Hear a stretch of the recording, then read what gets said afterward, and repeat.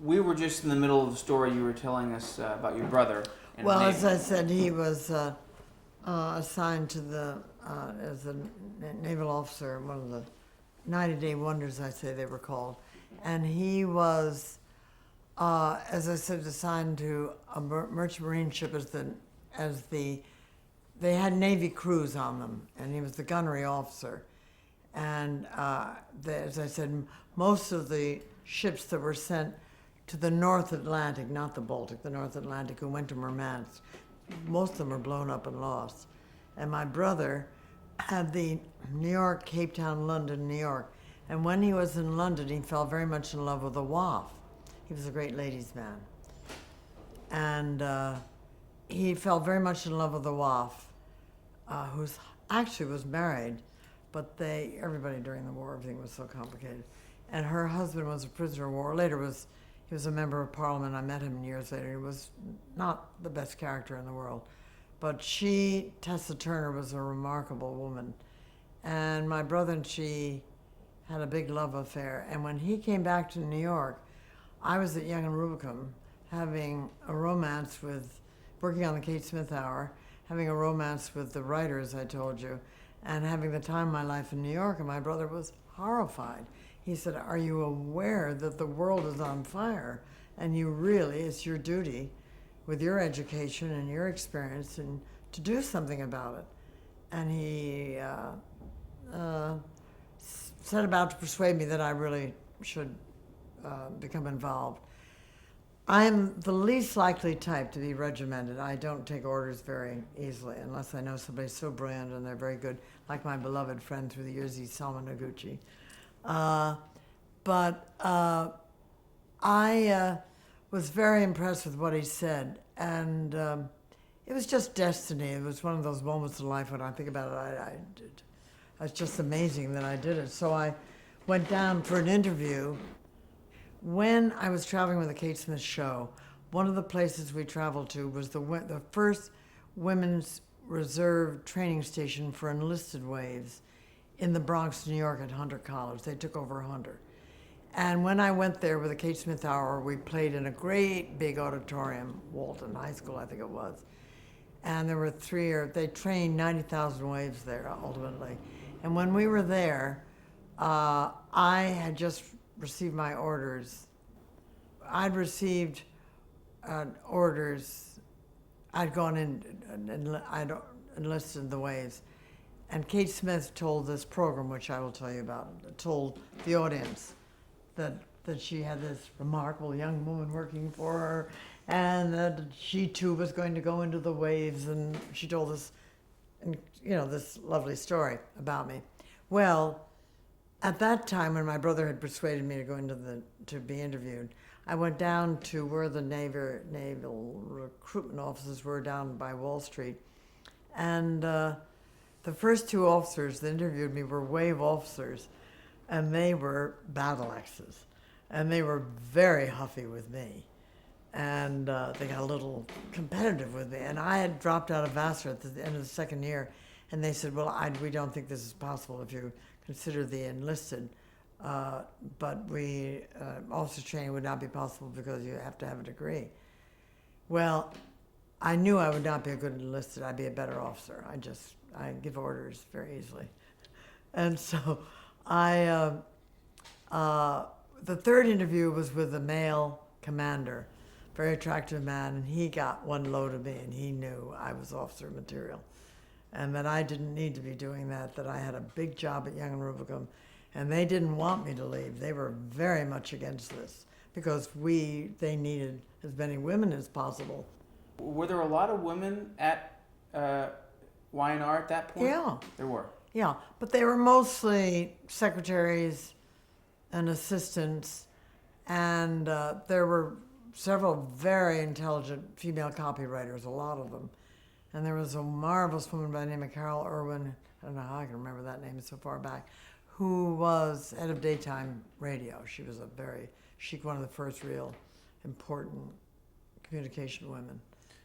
In those couple years that you were in Y&R, did you 3 years, I think. 3 years. Did you learn anything from those those other women who were like, for example? Yeah, I was very impressed with them.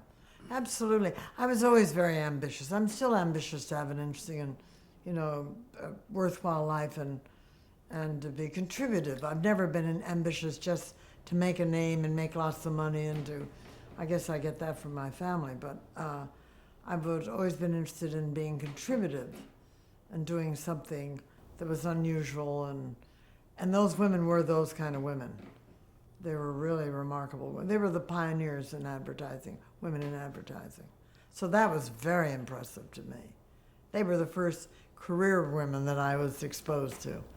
You were just becoming a WAAF, right? Well, the commander said, "Oh, Miss Morgan, I don't think we're going to have a problem about you."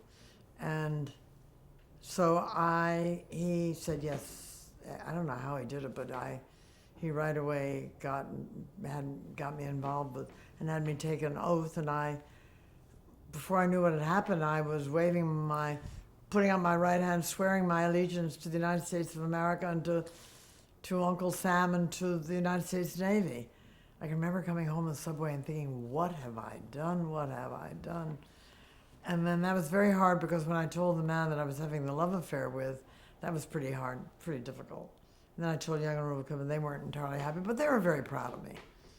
And then I waited, I guess, a month or two, and I had orders for officers training.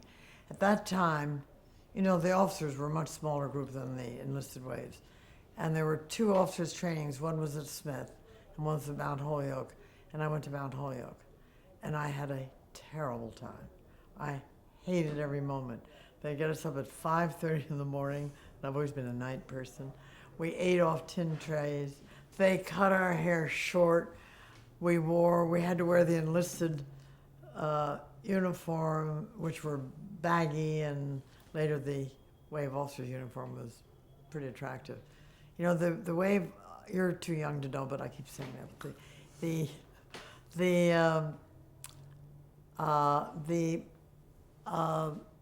WAVE uniform was designed by Mem Boucher, who was the great designer of that period. And it was very beautiful. I don't mean to sound so superficial, but it was very attractive. So how long did you serve in? I was 3 years. 3 years in the WAAF. Yeah, until the war was over. You can't, you go in, you can't get out. Right. There was one way you could get out, was to get pregnant. Which you didn't do. Which I didn't do. I left out that when I was at Mount Holyoke, I was so full of myself, and I'd been living such a glamorous life of freedom, and I just wept. We'd be in formation, hup 2, 3, 4, hup 2, and by the right flank. Every time they'd say by the right flank, I'd want to go by the left flank. It just so upset me. And then I would just weep. The tears would be rolling down my face. It was because what they do, which was a great lesson for me in life, was that, as you know, they were like the men, and they were very tough on us because they didn't want us to think we were just in for some female lark. They strip you of your personality totally, which is what the service does, so that if they say jump overboard, you're not going to say, oh, I'm not sure I want to do that. You jump overboard. And they did that to the women, too. So they have a very clever indoctrination program. They did the Battle of Britain. They showed us next week that we had the Battle of Stalingrad, and on it went. And these were films? Films. And by the 3rd week, I thought, who am I to even be complaining? And I realized why I had originally gone in. So then I was perfectly okay. And then I was given orders. I was requested for the Bronx, which I was upset about, because I had a great vision of going, I'd never been west of the Hudson River, and I was thinking, oh my God, how wonderful to go to California to an air base or Texas. Well, all those women who went to those bases had a terrible time because they'd be 3 women with 6,000 men, and every time they walked across the base, it was just so difficult for them. And I had this wonderful duty here in the Bronx and lived on 79th Street in my family's garden apartment, and I had a very interesting experience. And then I was assigned to Washington to the Public Information in Office of the Navy Department, where I was assigned particularly to the naval aviation section. So my job was to interview the heroes who were brought back from the Pacific, the naval aviators, to feed to the press and to radio, to persuade the mothers of America, to help the mothers of America understand why their sons were being killed. And as a result of that, later was my husband. How I met my husband, who was one of the great heroes of the Pacific. He came out with he was the most peaceful person in the world, who was going to be a conscientious objector, and realized he couldn't do that, so he became a naval aviator because he knew he could drop bombs. Isn't that terrible? More easily than he could stab somebody or shoot somebody.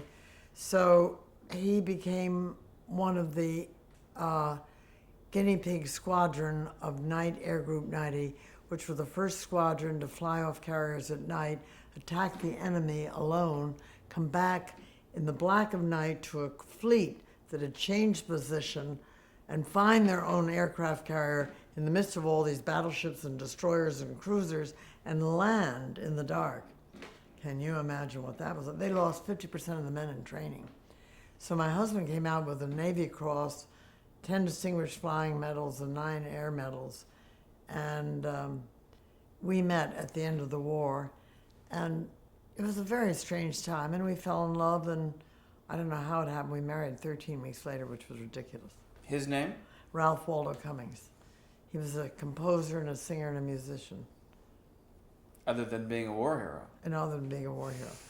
So we were both in uniform for a while, and we looked pretty cute together.